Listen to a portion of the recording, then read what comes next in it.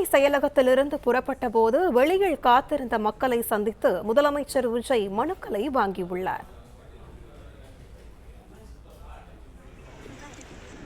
இதுகுறித்த கூடுதல் விவரங்களை வழங்குவதற்காக செய்தியாளர் பாண்டியராஜன் இணைப்பில் உள்ளார். பாண்டியராஜன், முழுமையான விவரங்கள் என்ன பதிவு செய்யலாம்?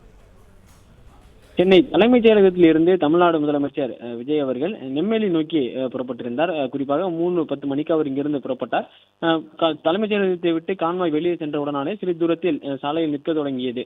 விஜய் அவர்கள் எப்போதும் தலைமைச் செயலகத்திலிருந்து புறப்படும் போது அவரை காண்பதற்காக ஏராளமான பொதுமக்கள் காத்திருப்பார்கள். கையில் மனுக்களுடனும் சிலர் காத்திருப்பார்கள்.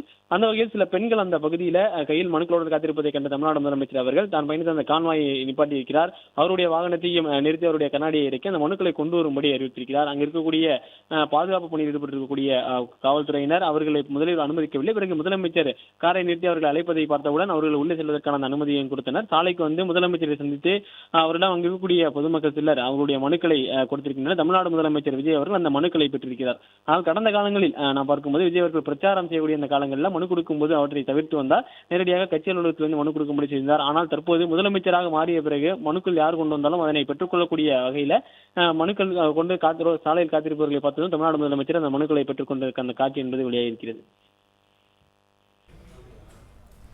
விவரங்களுக்கு நன்றி பாண்டியராஜன்.